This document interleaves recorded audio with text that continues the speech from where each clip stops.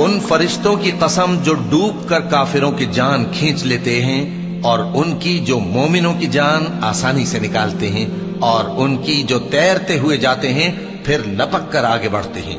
फिर दुनिया के कामों का इंतजाम करते हैं कि वो दिन आकर रहेगा जिस दिन वो जलजला आएगा, फिर उसके पीछे और जलजला आएगा। उस दिन लोगों के दिल खौफसदा होंगे और आंखें झुकी हुई।